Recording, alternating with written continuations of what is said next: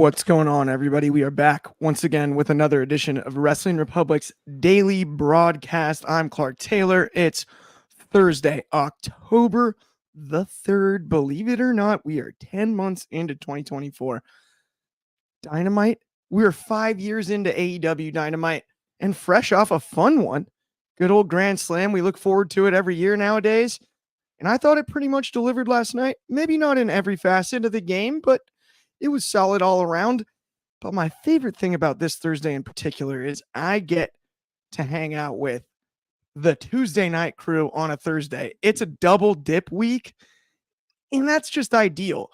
So first and foremost, I promise pre-show I made a joke that I want to apologize for on the air. Not even going to say what it was because he's wearing his Eagles green today.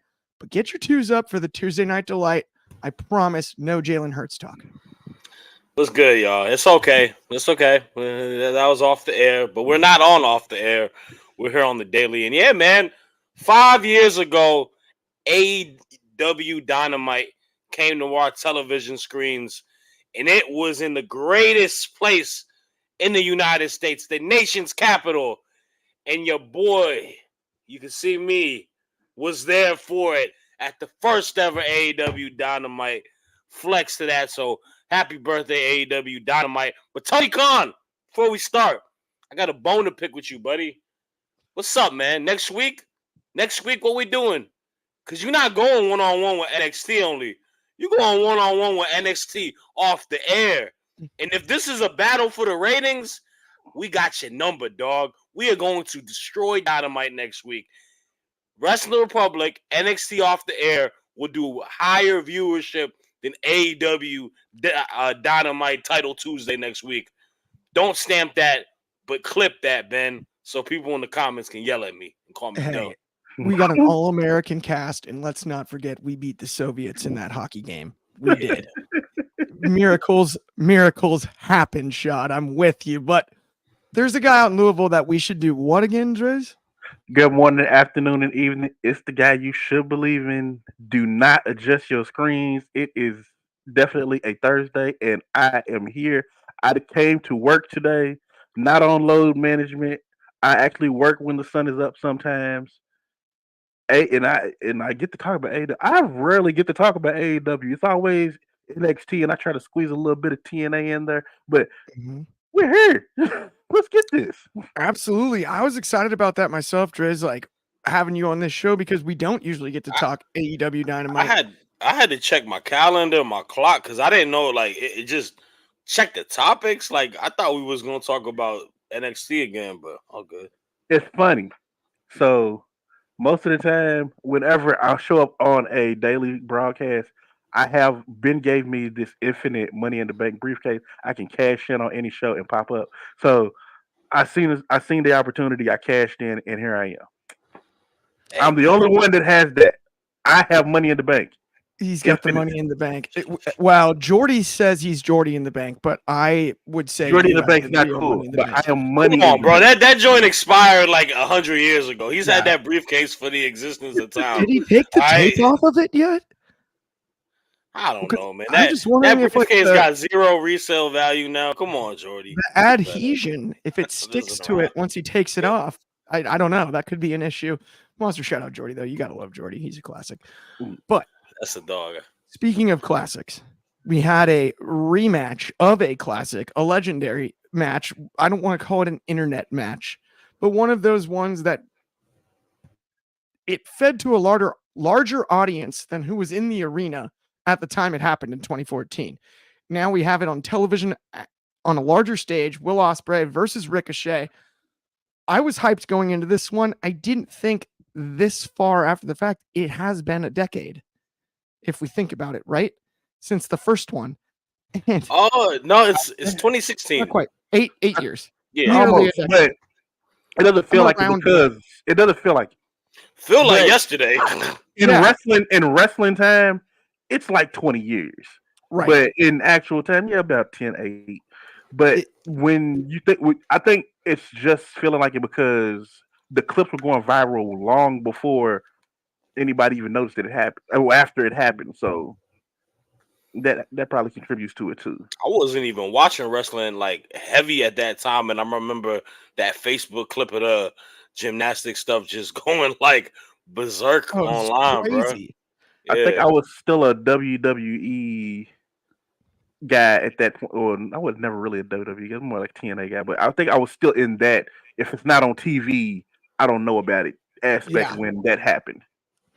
That makes a ton of sense. I mean, I caught it after the fact. I won't lie. I didn't watch it right when it happened.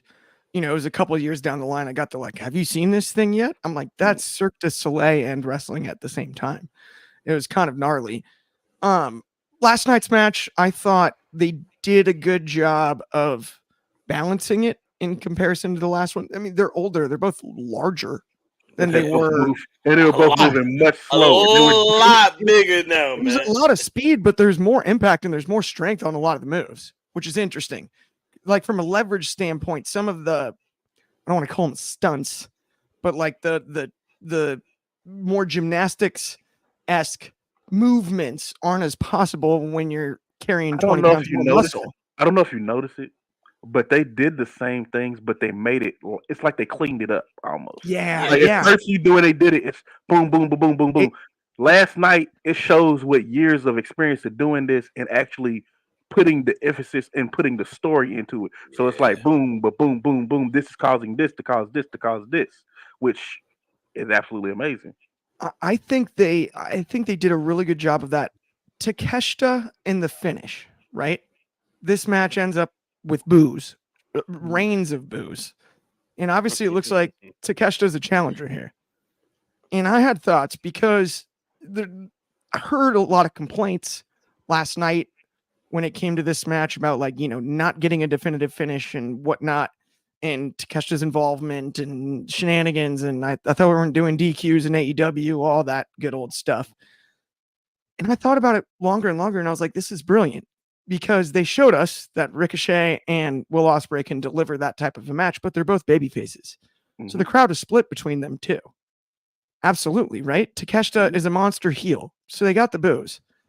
I think Takeshita wins this title and they both chase, maybe even have each other's back at a certain stage to lead to down the road a violent Will Ospreay heel turn on Ricochet to set up the second one, or the other way around.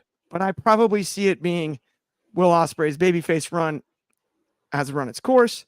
He turns on his buddy Ricochet, and that's when we get the full payoff for this long-term story. And I would be all over that, but at the same time, it did feel like there was some to be desired based on the results of last night's match. Shad, I'm going to start with you. What were your thoughts on it? And do you like that idea about down the road finally getting the, maybe in a year, getting the, I don't think at the same event necessarily, but at an all out and all in, something like that, setting up for Ricochet Ospreay?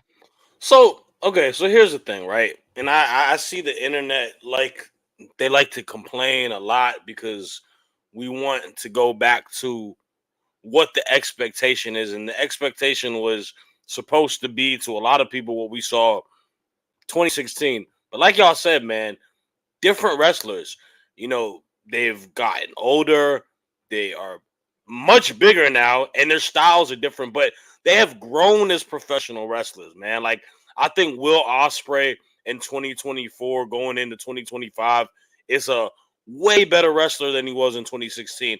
I think Ricochet in 2024 going into 2025 is a way better wrestler than he is now. So they gave us a little bit of the callbacks, which I liked, right? A lot of the gymnastic-esque moves, a lot of the, you know, poses and stuff, a lot of reversals, a lot of no-sells. They gave us that, but there's a lot more fine-tuned into their styles. And in my opinion, I don't know. I feel like since I don't have as much as a sentimental feeling for that match, I enjoyed last night's match a lot. I like the double count out, the double pin finish initially, and them kind of go into regulation, and then they just start clobbering at each other, fighting, dueling to the end, and then we get Takeshita because look, man, at the end of the day, this is a storyline, and they have to tell the stories of what's going on. This was a nice match, a good taste of what we could eventually get for them. And like you mentioned, I don't think this is the last time we're going to see these two guys going against each other. Oh, yeah, my bad. Next week, they're going to go against each other at a pay-per-view in a triple threat match. Like, we don't have to allow one match to be the end-all, be-all. This is what Ospreay does a lot, too. He gives us a lot of multiple matches against people, like how he did with MJF. And I don't think we need to, be upset that thinking they didn't live up to expectations. I thought it did its job. I thought it was a phenomenal match. I think the ending was great because, like you said, Konosuke, Takeshita, and Ospreay, there's been this, bit of a weird feeling about it, and especially with Don Callis and how he feels about Ospreay trying to go, taking the more righteous path, becoming a baby face more so, where he wants him to have more heel tendencies and be part of the Callis family. And in that sense, it makes sense why Takeshita is like, nah, because Takeshita's Callis' guy. And it makes me happy because I feel like the Callis family stuff can just break off and we can allow Callis to be Takeshita's manager. And yeah, I do think he is going to win at Wrestle Dream. And I do think we can find a way to revisit this. I think Takeshita and Ricochet is going to be the initial feud off of it. But we'll have to wait and see. But all in all, I liked the match, and I did think it delivered. I agree. And I love the way you put that about not having as much sentimental value in the match, because I feel the same. I truly enjoyed it. But I don't look at it like it was some sort of, like Jackson Pollock painting. Like, let me ask y'all this too, right? We had a match that we reviewed on Tuesday night, Julia and Roxanne Perez. A lot of the same sentiment was like, oh, they didn't deliver as we thought it was. We got to realize this isn't, like I said, this isn't the last rodeo that these guys are going to have. This is chapter one of a series of matches these guys are going to have against each other, just like Roxanne and Julia. I think it also needs to be. Go ahead, Trace. I also think it needs to be looked at as this is also TV, y'all. You don't give a prime rib away for free. So you want the good stuff on paper, on PLE or whatever we're calling it now. Pay-per-view in AEW. Remember? See, you are used to the NXT shows, Trace. We can say pay-per-view on Thursdays. No, but we call them maximums. To that point, guys, we're like what, 5 years removed from complaining about 50-50 booking, and that's not what we got here. It's not going to be 50-50, and we didn't like that when we were getting served it every week, right? Like this guy wins this week, the other guy wins next week. Sometimes it's for the title, sometimes it's not. That's frustrating, and it has been for a long time. I didn't have a problem with the results of the match. Driz, I got to get your thoughts on it, though, before we move on to the next topic.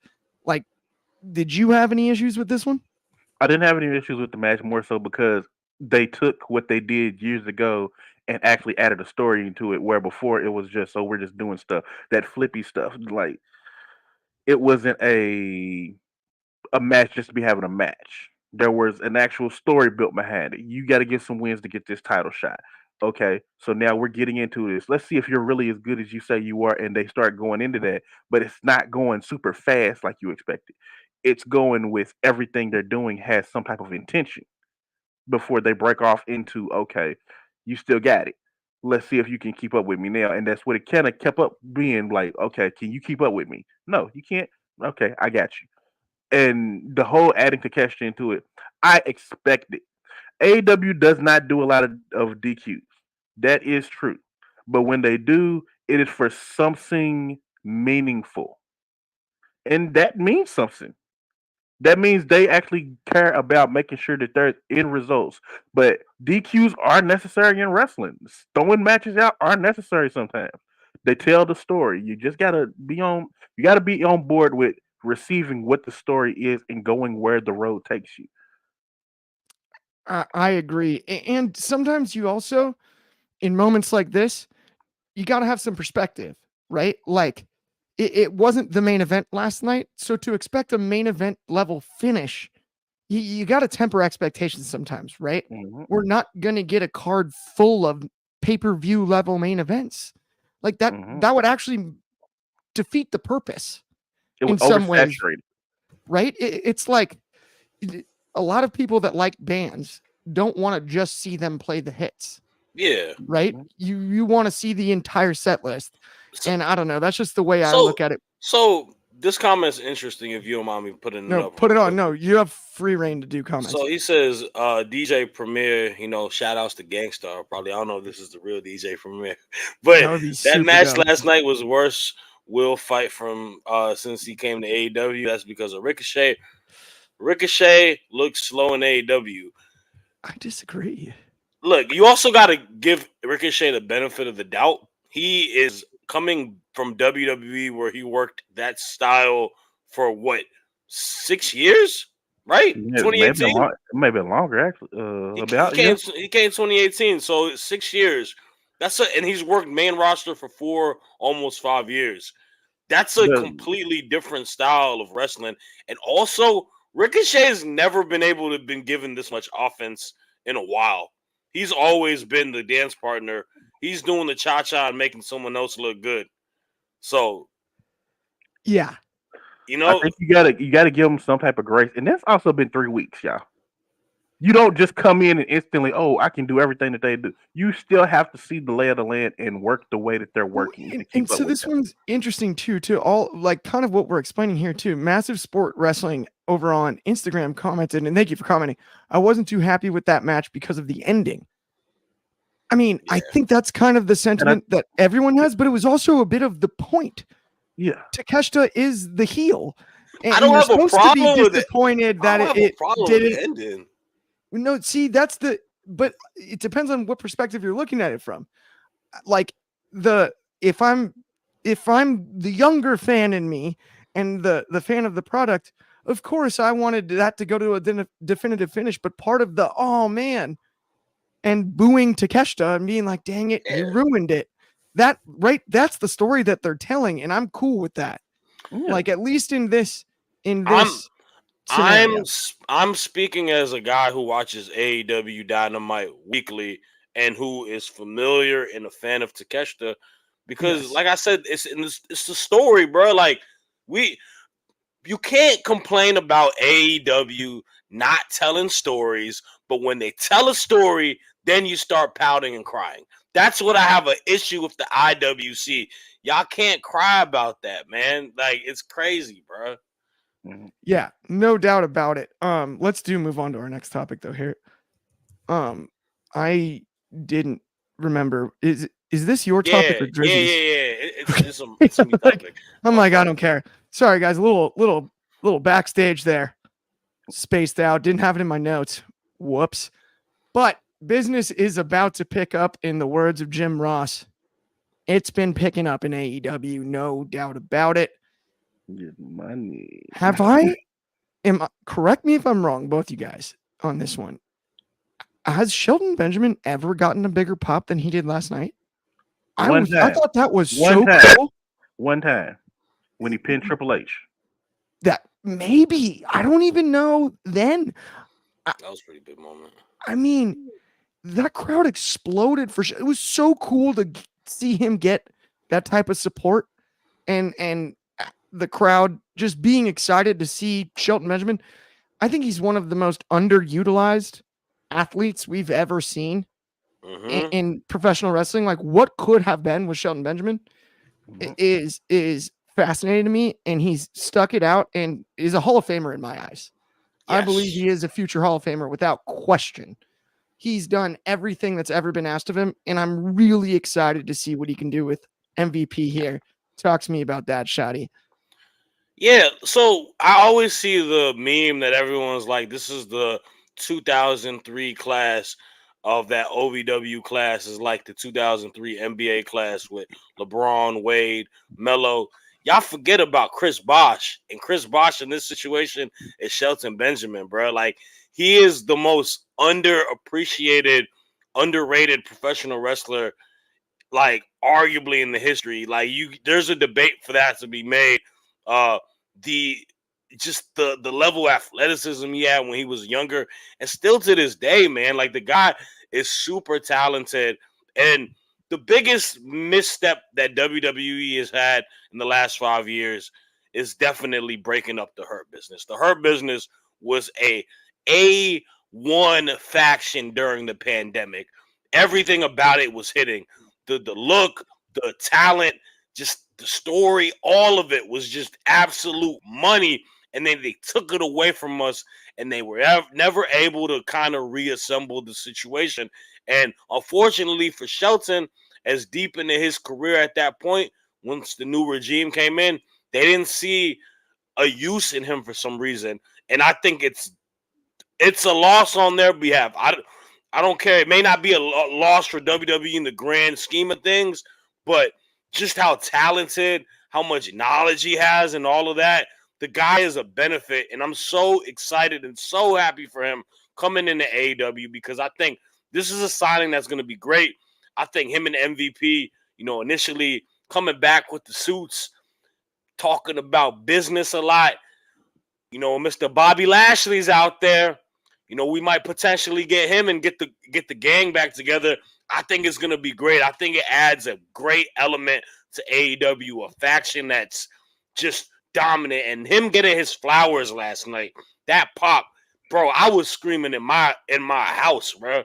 Like, I was screaming in my living room. My wife was like, "What is wrong?" I was like, "Yo, Shelton Benjamin's all elite now." I'm so hyped. I'm so hyped. I was telling her, I was like, "Yo, I used to be a big fan of this dude since I was like 11, 12 years old. Like, this is like my guy. Like, I really rock with him, and I'm so excited for him." Last thing before we go right ahead to the next topic. If we add Mercedes Moné to the Hurt Syndicate, bro, because that little interaction with her and MVP, my God, that would be the perfect missing puzzle piece. Because I don't care what anybody says, bro. Mercedes Moné is the epitome of high class, first class, looks absolutely amazing, absolutely beautiful woman who is just knowing that she's a big time star. And you add her to that. And what's the thing other people always say is that Mercedes might need a talking piece. MVP, bro, this dude might come around and be manager of the year next year if they let him run his stuff with the Hurt Syndicate or Hurt Business, whatever we calling it. Because Jordan might get crazy, bro. Shad, what's the one goofy complaint about Mercedes since she's come back? Well, she's the CEO of what? How about the CEO of the Hurt Business? Yeah, bro. We always talk about like a boss, a woman as the boss of whatever it may be in a faction makes factions look so much better. Like, as much as I don't like the Karrion Kross faction, Scarlett makes it look appealing, right? With Legado, Elektra Lopez, Zelina and LWO, Rizzo and the family, like Mercedes, that is such a star-studded faction to think about it already. Well, then really quickly, Manzano even asked, well, what about Camille? Camille as well. She stays with him. She stays with him. Add her too. Sense in the faction, yes. So what's not thought about when they do these things is when you add a female to the faction like that, and they are a wrestler, they need somebody who can handle the women. Camille is the perfect bodyguard for that. Yep. And that benefits Camille a lot. Because Camille, you put Camille and like, she come in with like a boss, as that stout heavy type of situation, kind of like a China in a way. Yep. Right? She gonna look like a beast in that group. In fact, think about it for a sec. This is gonna be a heel faction. What do most people hate about heel faction is men hiding behind women. And this is a woman that you can legit hide behind. So true. So true. Okay. Let me really quickly pay the bills. We've got, if you haven't checked out Next Level yet, check it out. It's awesome. It's absolutely free. Go to nxconnect.me/Wrestling Republic to see all of our content across all platforms linked all in one place. There's tons of more wrestling content, absolutely no gimmicks. It's totally free to join. Thriving wrestling community. Watch our stuff first, then everyone else's after that. But once again, that's nxconnect.me/Wrestling Republic. The Next Level app. Download it. Check it out. Let's keep it rolling here, though, and let's talk about... Let's go to Britsburg. Our favorite wrestling dentist. Dr. Britt Baker picks up the win via lockjaw. maybe next for Mariah May. Do you think this is the time that Britt reclaims that AEW Women's World Championship? Or do you think she's another stepping stone for Mariah May, who's still genuinely out there winning matches with Toni Storm's finisher, which is what I think this reign is all about right now? I got to ask you, Driz, what are your thoughts on it? At this point in time, I do believe that Mariah May is untouchable. She's confident and and at that she's also in a story. So I don't think that Britt is going to be. I don't think she's gonna lose. I think this is gonna be another situation where the fans aren't gonna like that. She's gonna either be screwed out of it, the win, or she's gonna be DQ'd or something. Britt Baker is good at telling stories, and the story that's gonna be told here is she needs that belt back. She hasn't held it in almost, we'll say, three years maybe. I might have to do the math on that. She is a big name, and Mariah May needs big names to beat on the road to getting back to finishing out this Toni Storm feud. So you're gonna see NXT. Sorry, guys, I do a lot of NXT. A lot of AEW women's title big names. So you're definitely the Willow Nightingale, definitely Britt Baker. Eventually, we're gonna circle around to Jamie Hayter, and honestly, they're in such a great situation because all their women are all legitimate contenders for the title. That you can literally pick. It's the same thing that we do say about NXT's women's division. They're women. You can pick any one of them, and they are a credible challenger. Even to they go, if NXT goes 20 deep, AEW's at least doing 15 deep at best because they have some really good talent, and they've been using them right for the last year. This division has jumped leaps and bounds since when they first started out. I'm actually very proud of everything that they've done. The stories they've told have been some of the most captivating. The last pay per view, uh, the Chris Statlander Willow match stole the show. This match between Britt and Mariah May is what I'm assuming is what's going to happen. It's going to be a really good one, but do not be surprised if there are shenanigans. I will not be surprised because honestly, we've seen more shenanigans of late in AEW, and I actually appreciate it. I think AEW's opened up the book creatively in a way that we haven't quite recognized yet, and I'm glad that you made a point about it because I'll add even further. I think it's kind of across the board, right? On both sides. We've seen it to advance storylines in a way like there was a lot of fluff and shenanigan type things to get to Swerve Hangman at the end. Yeah. Right? To get to some of these, they're doing a better job of that. And it hasn't quite filtered to the point where everyone's giving credit, but I do think there is a section of the audience that's seeing it. And I agree with you. I think there's a ton of contenders here. I mean, Anthony Manzano threw out Thunder Rosa. I like Mariah May is a very skilled character because I think she could literally feud with anybody just how her character is. She's that much of a like snobbish heel where it's gonna really, and she's just, dastardly and evil. It's gonna work out. And I think her and Britt, like, as much as I love Mercedes, I wasn't a big fan of their feud going in to the last pay-per-view. But I think Mariah May can tell a story with Britt that can get people invested. I agree. I think they might have a better mesh. I mean, think, Shad, about the fact that May and Toni Storm's story was a slow burn epic. Amazing. Yes. Yeah. It took forever. And so now you're in a different territory because Mariah got her comeuppance. She won at All In. And it's, Tony's, I don't want to say got to go away for a while, but if they just keep wrestling, that's going to get frustrating. But she's don't waiting forget what in I the said wings. last week. Don't forget what I said last week. I think I would rather her feud with Britt now because I think her and Willow can be a generational feud for the women's division. Absolutely. I'm gonna tell you which one will probably be the generational feud that's gonna happen. And I also want to point out Mariah May. They built this story so well with Mariah May. it's almost a hint to she is a marked person and everybody is coming at her at once. You have Mhm. Tony, the Tony Storm shadow over in Japan with your best friend over that you know she'll be coming for you eventually. You have Willow Nightingale on one side, Britt Baker on another side. Chris Statlander also is Yep. also looking not as big a specter as what Tony Storm is, but she's there too. We Yeah. haven't even It's inserted Mercedes into the equation, and Mercedes hasn't been she's involved. a world Uh, champion. just like with the comments that Thunder Rosa is Yep. still in Rosa. there, and then we also got to think about people like Anna Jay who have been elevated now. Yeah. Anna Jay, Queen Amanada, Queen those Amanada. names are Yeah, starting to. they got a nice division that they've assembled, man. Serena Deeb is a person who's, well equipped, gets a lot Easily of last night, big if time. Serena easily last night, if Serena D wins that match, she would be the one probably going staring at Mariah May for, hey, I need that belt. Yeah. Yeah, The division, easily. the division has never been the problem. It's the booking of the division. Looking This at division on Absolutely. paper has always been stellar.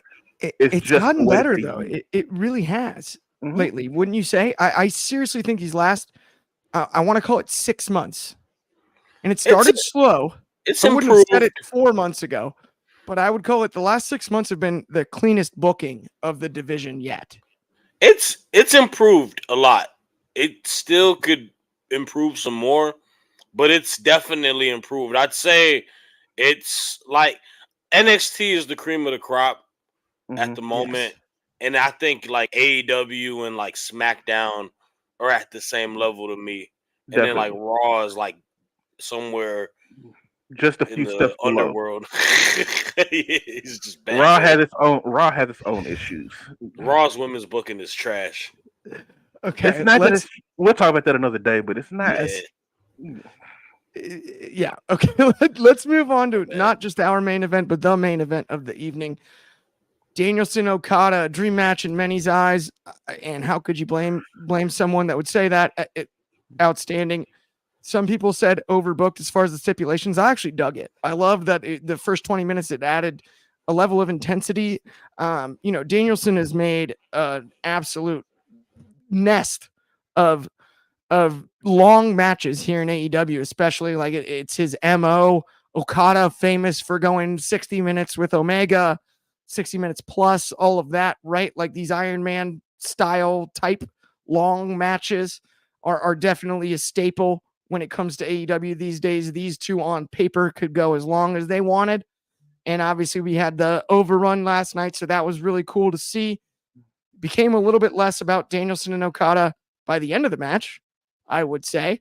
Danielson using a backslide for the victory. I would have thought if we're going to get a roll up, Mr. Small Package would use that inescapable small package to put away Okada, but that's backslide. He's got a bag of roll ups, as the kids would say.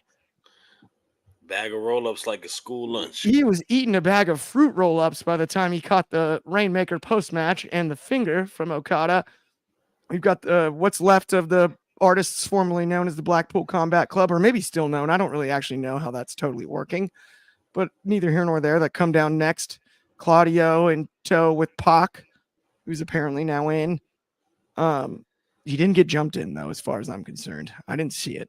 He probably jumped them to jump Yeah, himself he in. just was like, the Lucha Bros are gone, and I can't get a hold of them.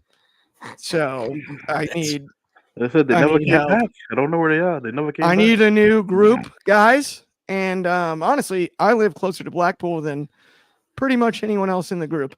It's true. So That's a good point. he's like, That's geographically, good. I feel like That's good connecting the dots Are there, we? Clark. I I like Are we feel that. like I calling? qualify. Do they give? Can we call them outsiders? They're all ex-A WWE guys, even Marina. Yes, Yeah, she is. they're all ex-WWE guys. We can look at it Manzano has been asking about the Shane thing too. and And is that the big Shane hint? could be Shane's the fifth man, brother. So this is where it's interesting, though. It makes a lot of sense. And if you before ask I'm going to me. go to you first, Driz, and then you, Shaw, because I want to get both your thoughts on this one before we send everybody home. But so maybe the most telling line of the entire promo was like, I'm not doing this for me. I'm doing this for and knowing Moxley, as heelish as he's acting, he was driven crazy. They made him carry a wagon. The McMahons made him roll with a kiddie's wagon, like a red wagon. In a million years, and it will bug me if that's the deal. In a million years, I cannot see Moxley teaming with Shane McMahon. I can't. I think the idea is the opposite. I think everybody's missing the boat here. I think Moxley and Claudio and this band of WWE stars who are being heelish because they're freaked out about the presence of a McMahon.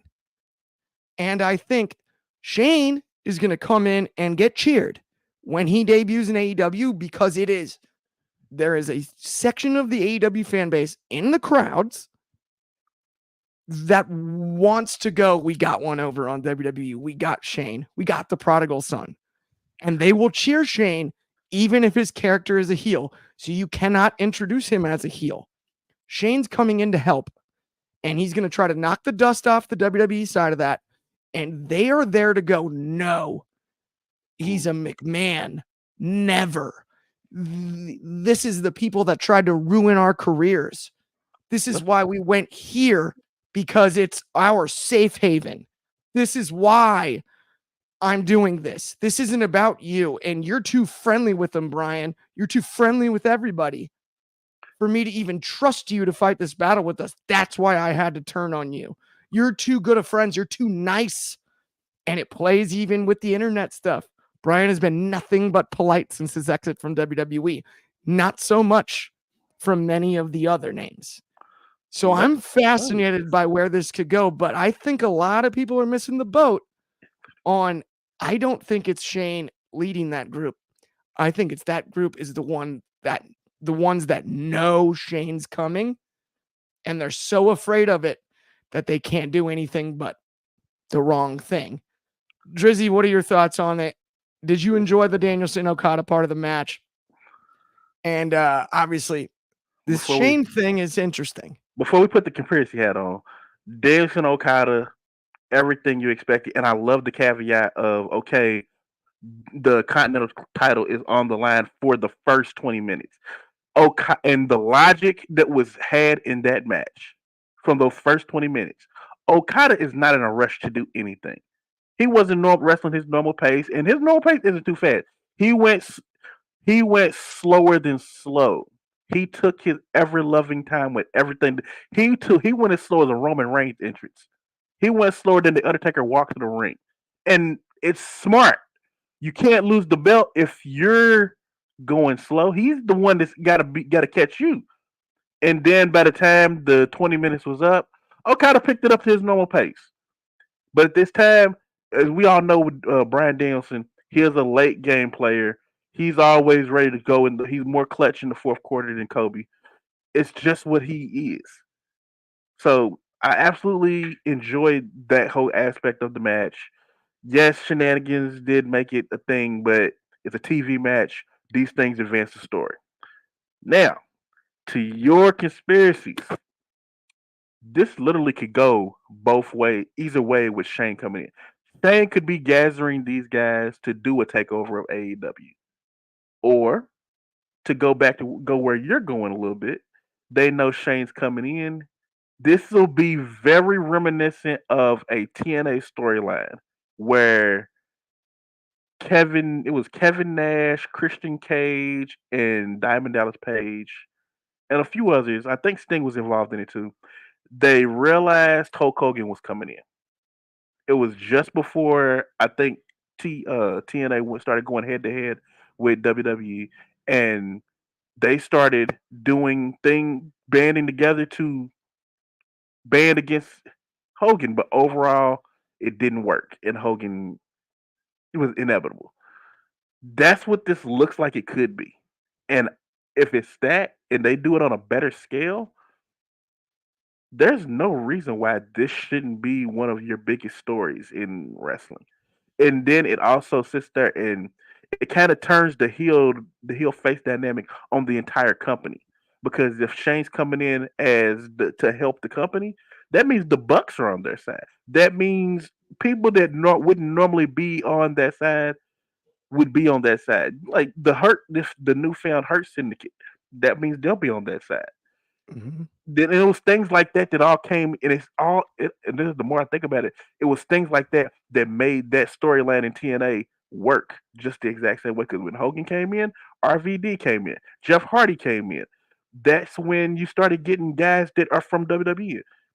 You see these guys who have been in AEW and been working with trying to keep the company going, they see it coming in. It's like, yeah, we don't want that to happen. So we're banding together now.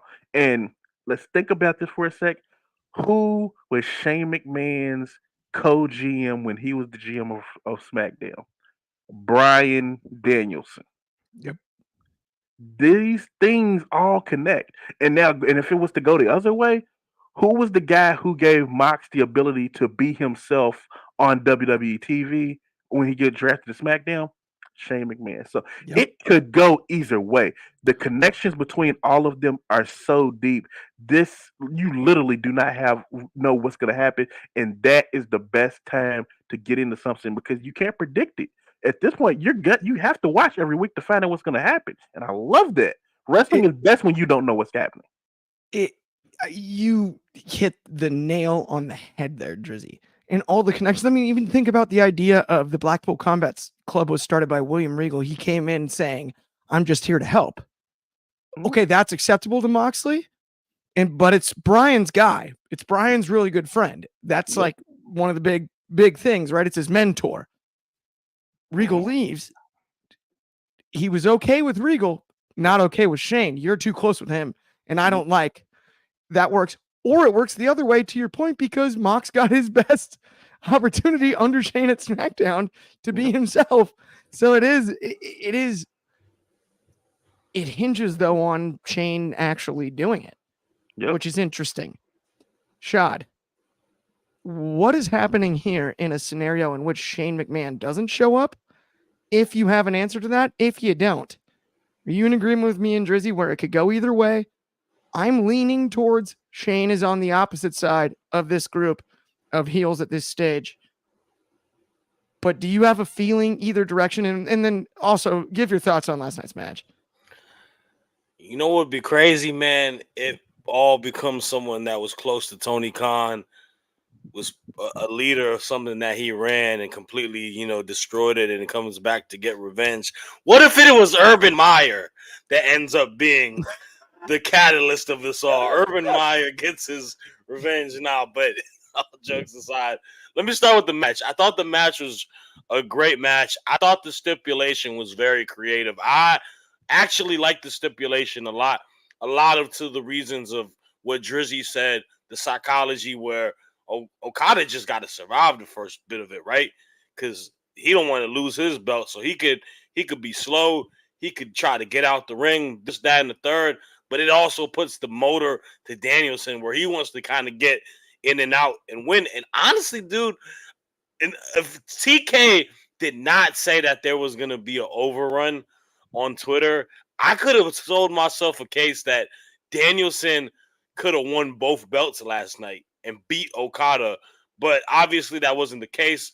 Him winning the way he did, thought it made sense. I think it also adds to a point where the new BCC members, they didn't want Danielson to lose. They wanted Danielson to win because they wanted him to enter Wrestle Dream with that belt.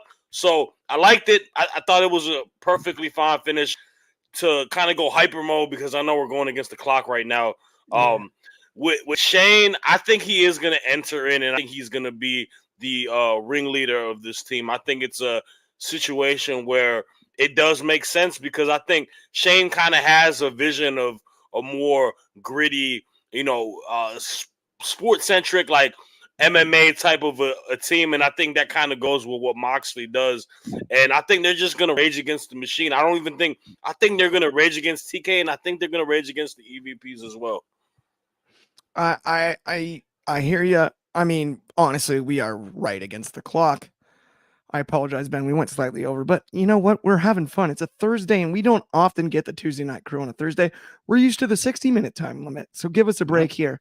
But that does bring us to the end of the show. On behalf of me, Clark Taylor, Dryzzy, and Shad, thank you so much for tuning in. If you haven't liked and subscribed already, please do. It helps us out a ton.